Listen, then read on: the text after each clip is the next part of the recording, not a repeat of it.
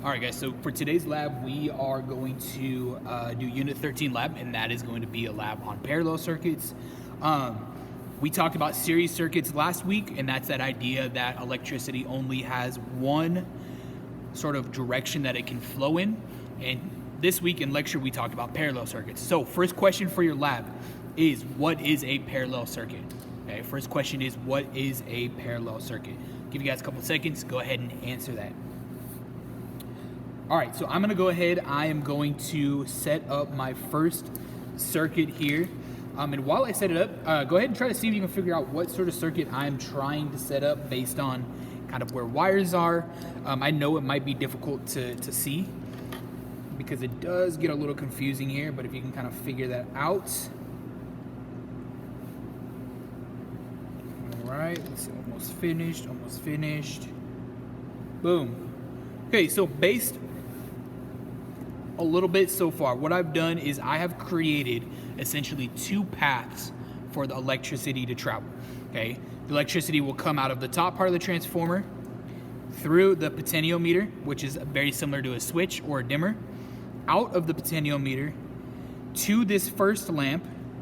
Okay, then it has the option to either go from this lamp to this lamp, or continue from this lamp all the way through and then back to the transformer. Or if it continues to this lamp, it can travel through this lamp back to this lamp here at the end and then back to the end of the transformer. Okay, so we've given our electricity a couple different options. So we have created a parallel circuit. Okay, what I'm gonna do is I'm going to turn both of these, I'm gonna turn them on. And because it's a parallel circuit, both lamps are gonna turn on. Okay, now, what I'm going to do is I am going to unplug this, I'm going to unplug the lamp right here. And what I want you guys to do for your second question is tell me what's gonna happen to the lamps when I unplug the lamp right here. All right, so I've unplugged it, and like you guys probably guessed, it is that lamp will go out, but that last lamp stays lit still. And that's because they're not within series of each other, but they are in parallel with each other. So if you look, we've still kind of created a circle here that the electricity can travel in. Electricity is coming out of the transformer, through the potentiometer, traveling down here. Now it doesn't have that path. Okay, the electricity can hit this lamp, but it's got nowhere to go. Okay, so it's just gonna hit this lamp, bypass it, go to this lamp, travel through the lamp, back to the transformer. So we still have a circuit, or almost a circle. I guess you could say we have a circle that electricity still has a ability to kind of move through. So that's why that lamp is staying lit. Now, if I was to unplug this guy right here, what's gonna happen is that lamp will go out, but the electricity will come out of the transformer through the potentiometer. It will come to this lamp. It could go this way, but it's got no place to go, so it's not gonna go there. What it's gonna do is it's gonna travel through the lamp, back through this circle, so we still have a circuit there. That's why that lamp's gonna light up. And that's the nice thing about parallel circuits is if one thing goes out, then not everything will go out. Just the one thing that went out will still continue to work. All right, so we're gonna go ahead. I'm going to jump into our next circuit. All right, give me a second while I do so.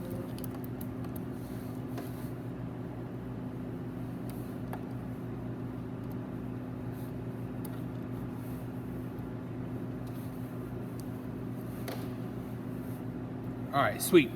Okay, we've got our next circuit ready to go. So what I've done is I've taken the electricity out of the transformer to the potentiometer, out of the potentiometer, into this lamp, out of it, into this lamp, and then out of this lamp back to the transformer.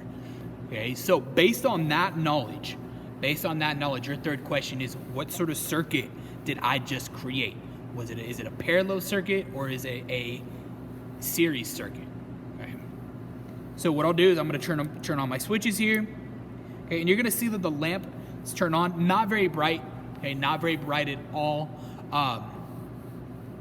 And that just has to do with the resistance levels, which we'll talk about a little bit later on. Okay, but not very bright lights. What I'm going to do is I'm actually going to unplug one of the lamps. Okay, I'm going to unplug one of the lamps, and we're gonna see what happens here.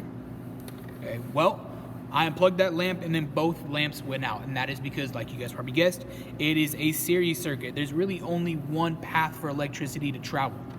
Okay, so I'll plug it back in and we can look at that path. It goes from here to here, to here to here, here, here, here, and then back to the transformer. There's not multiple ways that this electricity can travel. There's really only one way it can travel in, and since those two lamps are really within series of each other or in line or aligned with one another, if one goes out, then they're all gonna go out. Okay. So we're gonna take a look at another circuit here this time. We're gonna be dealing with batteries. So we're gonna be building a DC circuit here for a second. Okay, so give me a second while I do that.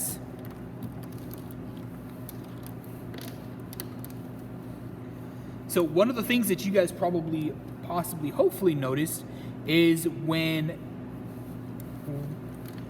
I had the lights or the lamps in parallel circuit, they were obviously much brighter. Okay.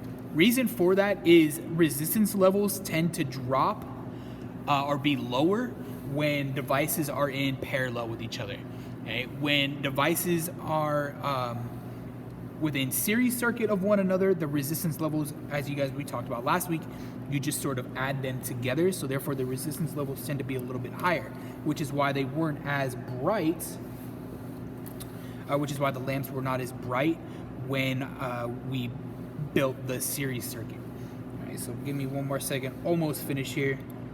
This guy's a little complex. I think I've got everything. Nope, I lied. There we go. I think I got everything. Okay, awesome. So what I'm gonna look at is we built another parallel circuit. Okay, we built another parallel circuit, and what I have is I have the motor hooked up, and then I have this slide switch hooked up to this buzzer.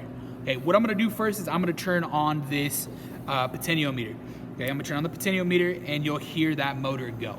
Okay, you'll hear the motor. Might be a little quieter than what we would like it to be, but you'll definitely can probably hear the motor a little bit. Okay, that potentiometer's on, but this device is not on, and that is because the slide switch isn't on. So when things are in parallel with each other, they're not dictated by one switch. They're typically going to be dictated by the switch that is in line with them or in the same series as them. Okay, so the moment I turn on this slide switch, you're going to start to hear that annoying buzzing sound. Okay, that annoying buzzing sound is going and the motor is still going. Okay, if I turn off the potentiometer, which is in line with the motor, then the motor is going to stop. Okay, moment I turn that potentiometer back on, motor turns on. Moment I turn that slide switch on, or turn it off, the buzzer turns off. Okay, and that is because if you look, here's our buzzer. Here's our buzzer. This buzzer is just connected to the slide switch. Okay, it's not connected to anything that's controlling the motor, so therefore it is in no shape, way, or form in series with the motor. Now, if I turn on this slide switch, you're gonna hear the buzzer, but I unplug the potentiometer here on the off side, the buzzer's still gonna go. And that is, of course, because it's in parallel. It's not necessarily in series with it. Okay, and then same goes if I unplug the slide switch here. My motor's still gonna run, but my buzzer is obviously off because they're within parallel of each other. So parallel circuits, pretty awesome because it allows you to turn on and off on multiple things without either turning on everything or off everything, which makes it super convenient. A lot of things in your house are probably on parallel circuits just because you don't want to have to turn your toaster on in order to have your microwave on. Okay, it would be counterproductive. Okay, so it's kind of nice to be able to run one and not the other. Okay, but with that being said, I think there was only 3 questions that were really embedded in this lab today. Okay, biggest things you need you guys to take away is understanding that parallel circuits, they have multiple paths. Okay, electricity can travel multiple paths. Second thing is just because one thing goes out doesn't mean everything's going to go out. All right, and then the last thing is just understanding that there will be a difference in resistance levels depending on whether something is plugged within series or if something is plugged within resistance. Okay, so just have a little bit of an understanding of that. All right. If you guys have any questions about today's lab, please let me know. Make sure you guys answer the questions at the end of the lab on the lab sheet. Make sure you guys write those questions out for me and then answer them. Remember, you do not need to write the questions out that I asked in the lab. All right. But with that being said, have a good week and let me know if you have any questions, guys.